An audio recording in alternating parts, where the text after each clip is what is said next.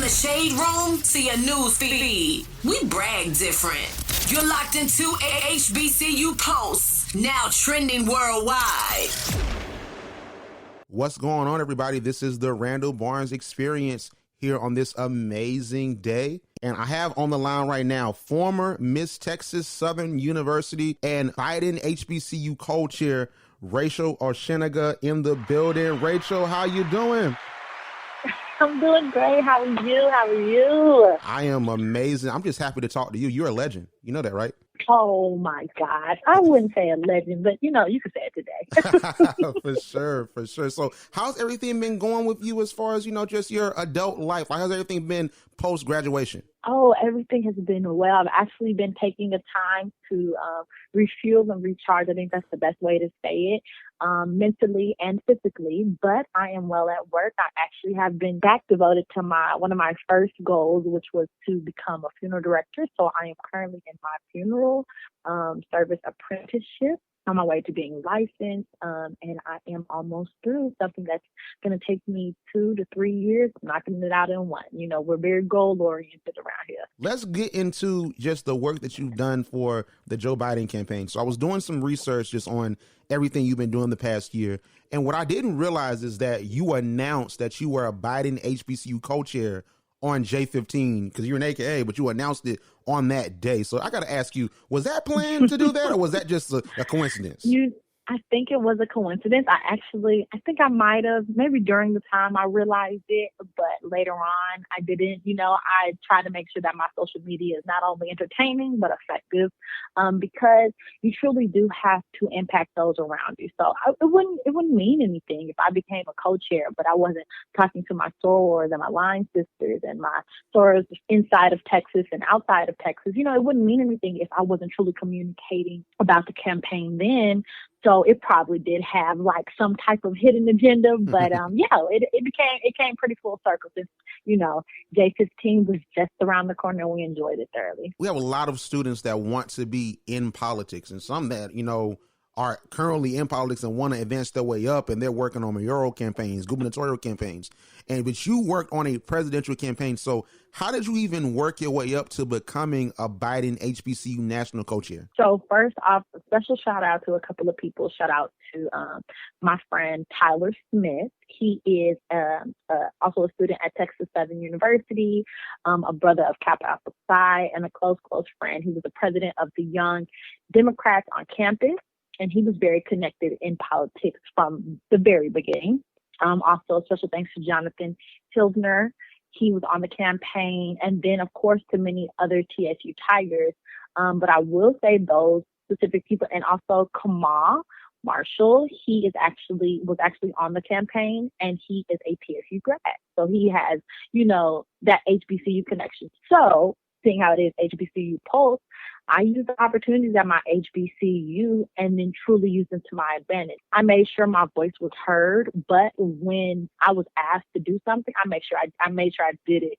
When I was giving President Joe Biden the tour, I was actually calling out names, like the actual names. I wasn't just saying, oh, this is that student and this student, and he actually was hearing it out, and he was like, oh my gosh, I can't believe that. And it was because I just devoted myself to being personable while on my campus. And I think that's what made the difference. I think that's how I was able to be afforded the opportunity, because you will get those phone calls. You don't know. You got people who have your phone number and your email, and you have to be ready, and you have to be ready to perform. Exactly. And I think that's the big thing you just said, is about networking and about being ready for that spot, because you never know what celebrity, what politician will be coming to your HBCU, and you made it happen, and you made such an impression that you did a selfie video with him. He was just so on that phone. He was just so taken. That was by the second time around. Yeah, that was the second time around. I was fortunate not only for him to come the first time and be so hands-on with the TSU community, but he decided to come back and do a rally in February, which I was just in awe of and so excited to then be able to introduce him. That was kind of like a breathtaking moment. So how did it feel to introduce him? Because that was such a powerful video. Because I know at that time we posted it on Pulse and it just went viral. So how did it feel to open up for a presidential candidate? I was getting ready, and I was just at the moment, and this happened in like literally an hour. I knew I was going to the rally. I knew I was there to, usher him in for a couple of things. And then I was told, hey, you're going to go ahead and do the introduction. So I'm like, you prepare for those things that you never imagined doing, but you prepare for them. And I did. I prepared to give him an introduction without that even being confirmed. So when it happened, I took a deep breath. I prayed, and, everybody has those safe spaces. So I was in my car. And I texted my mom. I said, I'm going to call you in a few seconds and lace you up and just be ready. She said, okay. And I remember calling her and saying, hey, Mom, you got any pointers for me? My mom has over 30 years of experience in transition, and she's been a writer since I don't even know when, published author. And so, of course, she's my number one go-to. And I said, Mom, what do I do? And she said, that's not a question you asked me. She said, you do exactly what you were born to do. And that just gave me the confidence and the push that I already knew I had. So I was beyond words because I actually called him the 46th president of the United States. And that's a pretty bold statement to make in my position. But I honestly have to say, I believe God put that on my heart to say. And the sources around me and everyone who helped me and just ushered me in, they were confident in me. So I was confident in Joe Biden. And I'm so glad that I was, because it's proven that, you can believe in something and it truly can come to pass. Let's pivot back into you working with the campaign. So it was a very diverse field of candidates this time around on the Democratic side. What made you support Joe Biden in this way?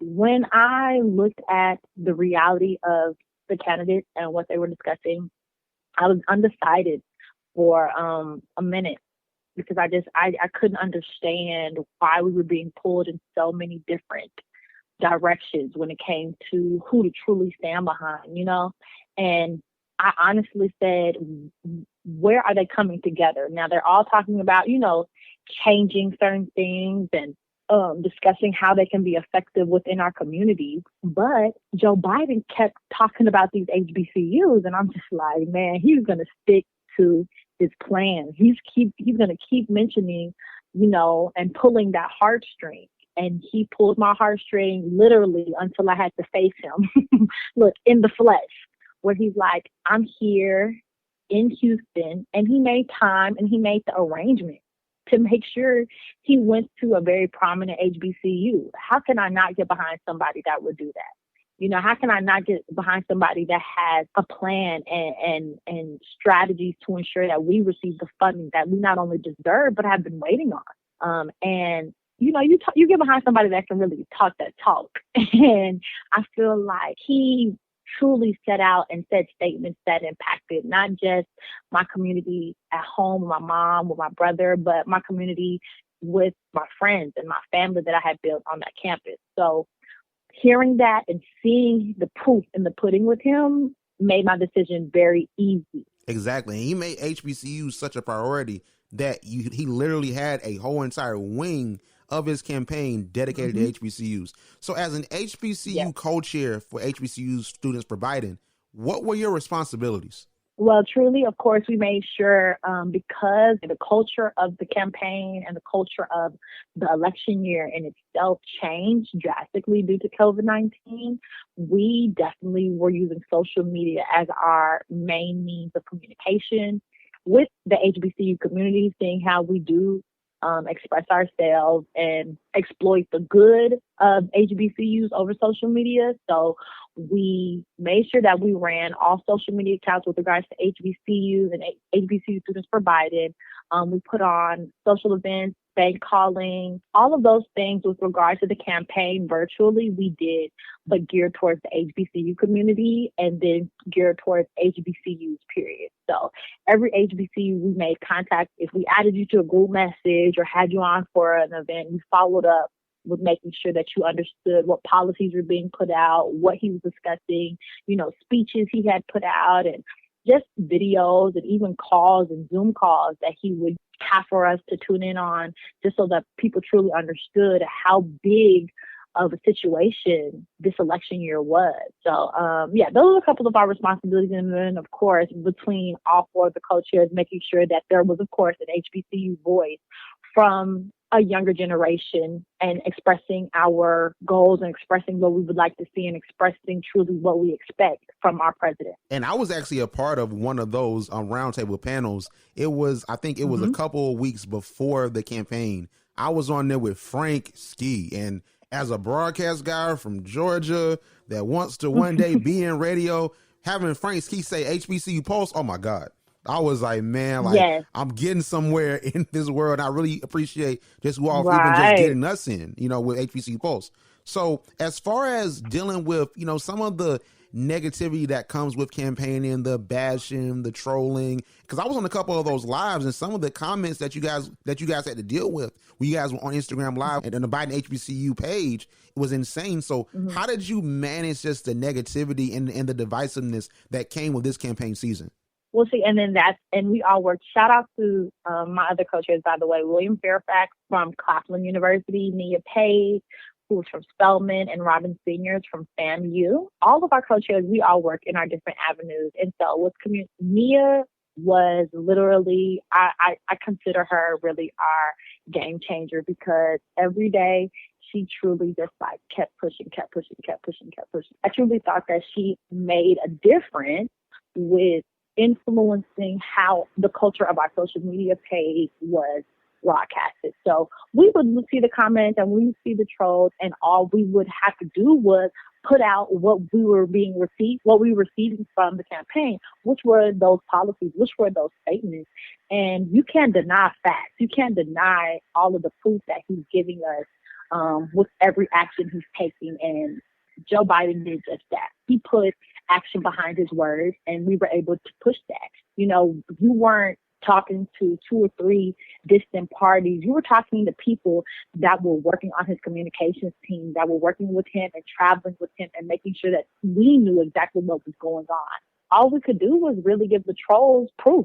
And we did just that. Every picture, every statement, every video, none of that was fake. None of that was for show. We were literally taking the pictures being sent, taking the videos ourselves, doing all of those things that was a reality for us. And like I said, you guys did an amazing job, and how you were able to interweave in so many different institutions and so many different student leaders was just amazing. And I always enjoyed your portions. You did one with Taylor Davis. You did another one where all you guys were on with different representatives, and you guys were representing your HBCUs. And every time you'd be like, that was cool, but did this school or that school? I just love the camaraderie, how you really just brought that homecoming HBCU feel to the campaign. Yeah. So as far as Vice President Kamala Harris, so she is going to be our Vice President, the first African-American woman, the first HBCU graduate, and the first woman of Alpha Kappa Alpha Sorority Incorporated, a D9 Greek, to become Vice President of the United States of America. So how are you feeling about that today? Well, I'm full, and I know all of my Greek brothers and sisters will understand. It's a proud moment to know when your sis or your brother is in a position of power and you have a personal connection, just that camaraderie. So on that aspect of it, I am beyond words. I actually served as the undergraduate representative for the Connection and Calls to Action Committee for our internationally with regards to my sorority. So thank you, AKA. Thank you to my my chairperson, which was Rosalind Brock, and she the whole time before the election year would just tell me how it was so important that I was involved, how important it was that I was getting out the count and making sure people voted and making sure they were registered. So you're talking about the influence of Greek sororities and fraternities this election year.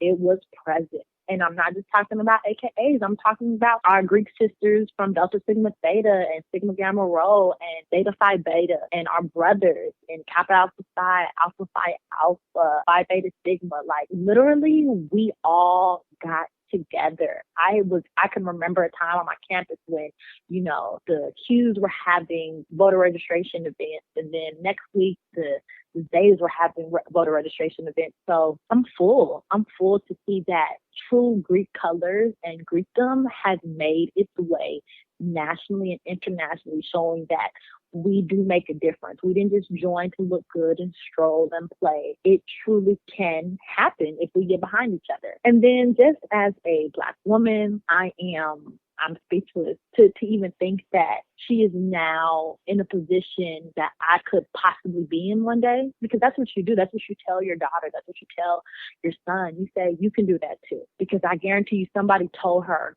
you can do this. You can make it to the White House. You can become a senator. You can go to Howard.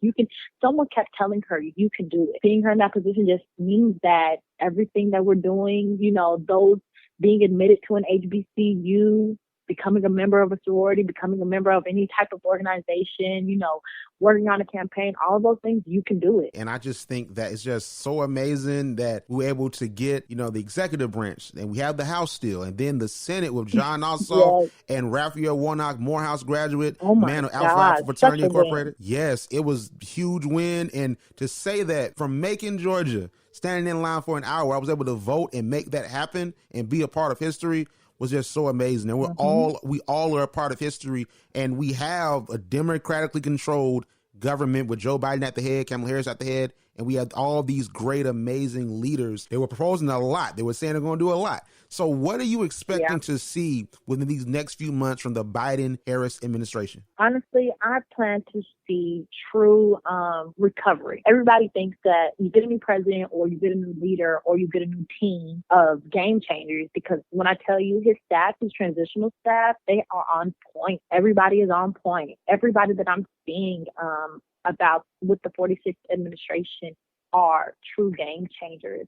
And but everyone usually expects like this 360. Yes, 1 inch of change is change, but it doesn't happen overnight. So I'm looking forward to seeing recovery of these United States. It's been so much chaos. It's been so much turmoil that has to be rectified, and I'm truly looking forward to seeing how well he recovers and really putting out a sense of security. And I'm looking forward to it. I'm looking forward to, everyone having that deep sigh of relief that, okay, now the work begins. What we need is healing, especially after all we've had to go through to get to this point. We need healing, and I'm definitely hoping that we can get back to a semblance of what was normal and just get back to just elevating in our lives, as well as within change as well. But Rachel, I know you gotta go, because I'm pretty sure you're getting yourself ready to run for president real soon. I'm already knowing, because you do everything in the world. Really quick before you go, tell everyone where they can find you. Well, everyone, you can go ahead and find me on Instagram at Miss Osinuga, ms.osinuga. You can find me on Clubhouse with the same handle, and on Twitter. You can find me on Facebook at Adenola Rachel Osinuga, and be sure to purchase my new book, The Royal Rule Book, which is a professional development on confidence. So thank you so much, Randall, for this opportunity. Thank you to HBCU Pulse. Go TSU Tigers, a TSU Tiger till the day I die, and a proud HBCU grad. Be blessed, y'all. HBCU. They know just who we are. Pulse Radio.